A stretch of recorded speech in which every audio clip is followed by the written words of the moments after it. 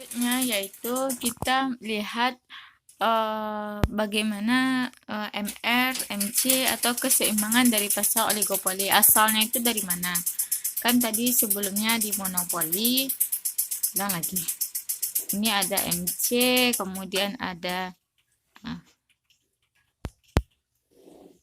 ini AR sama dengan D sama dengan P, ini adalah MR. Keseimbangan yaitu pada saat MR sama dengan MC, ini monopoli ya.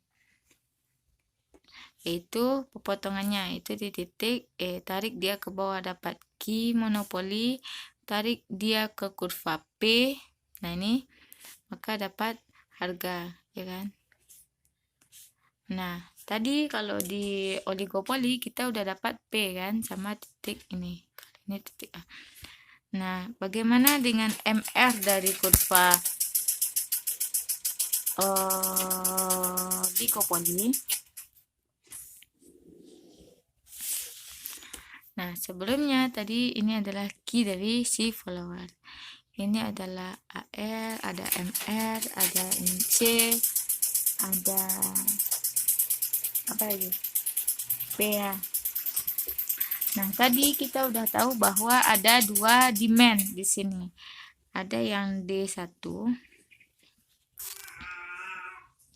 dan ada D2.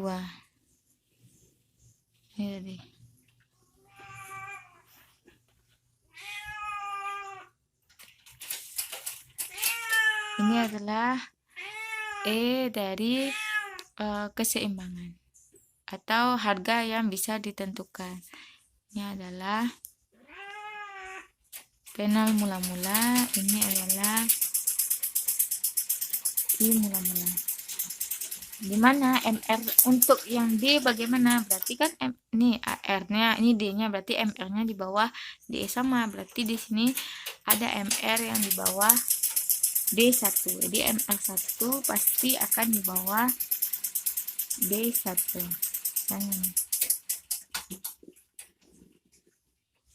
Ini adalah MR1. Kemudian MR2 berarti juga di bawah D kan, berarti di bawah D2. Jadi di sini langsung.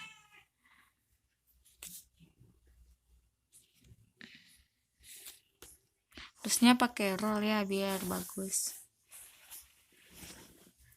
Ini adalah MR2. Nah, tadi kita udah dapat bahwa kurva dari permintaan oligopoli adalah terpatah. Ketika ini harga di atas P0, maka dia tidak akan mengikuti, maka dia akan pilih D1. Berarti dari E ke atas. Ini kurvanya. D1, ya kan? Kemudian ketika harganya dari P0 ke bawah, maka dia akan memilih D2 atau memilih mengikuti.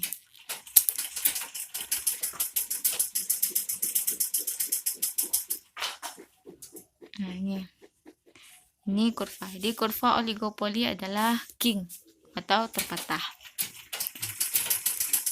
Nah, bagaimana dengan MR-nya?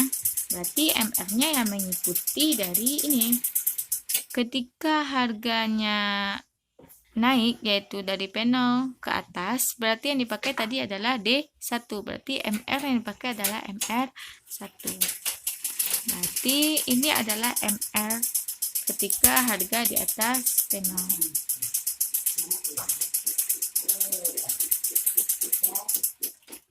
Nah, ini adalah MR1. Misalnya ini MR1, ini titik A. Ini yang dipakai adalah bagusnya pakai spidol ya. Terus kasih roll. Nah, MR1. Kemudian kalau untuk yang harga ketika turun, maka dia akan mengikuti si leader atau permintaan adalah D2. Maka penjualannya atau marginal revenue-nya berarti pakai yang MR2. Berarti dari E, nih dari titik ini E kan. Nah, titik putus-putus kinol ke samping. Nah, ini kan kita pakai yang warna merah. Kalau kinol ke kiri kita pakai yang warna hitam. Berarti sama.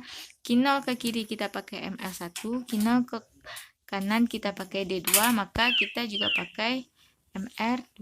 Nah, ini adalah MR2 yang kita pakai.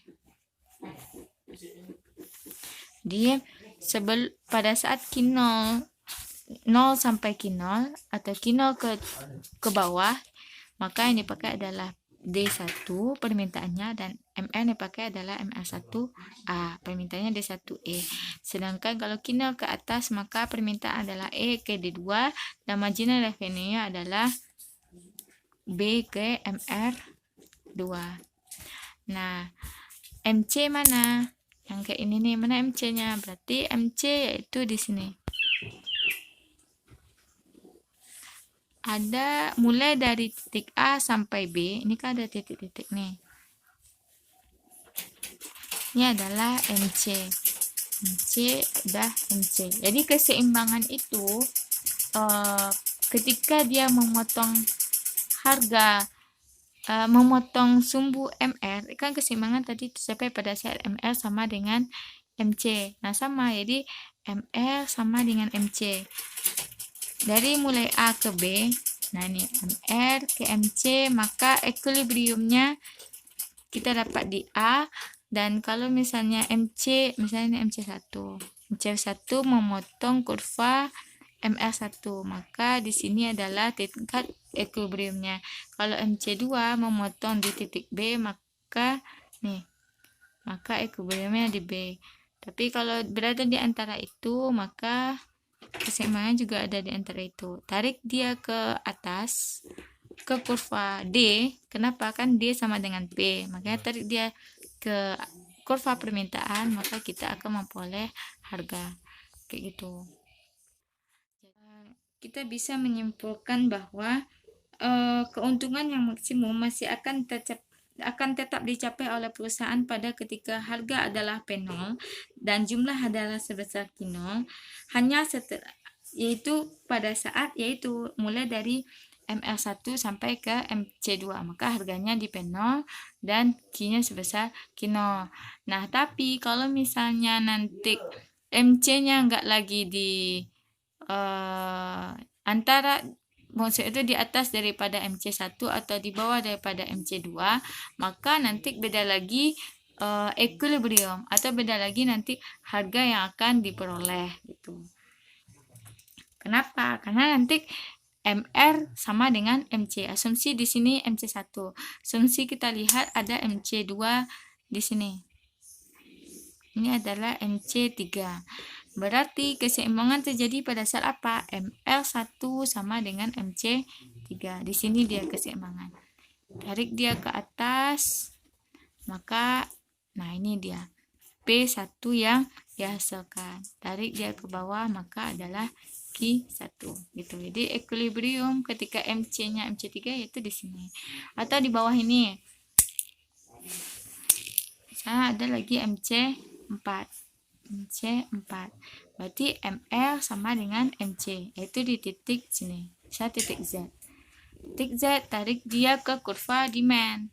Kurva demand yang kedua di sini. Tarik dia ke bawah, maka ini adalah P2, tarik ke atas. Jadi kalau nilai MC-nya itu sepanjang A ke B, maka harga adalah P0 dan Q sebesar Q0. Kalau dia harga mau di atas, berarti MC pasti akan semakin ke kiri. Kalau harga mau turun, maka MC akan semakin ke kanan gitu. Atau kalau mau lebih jelasnya silahkan baca buku lagi. Mungkin sampai situ penjelasan dari Ibu.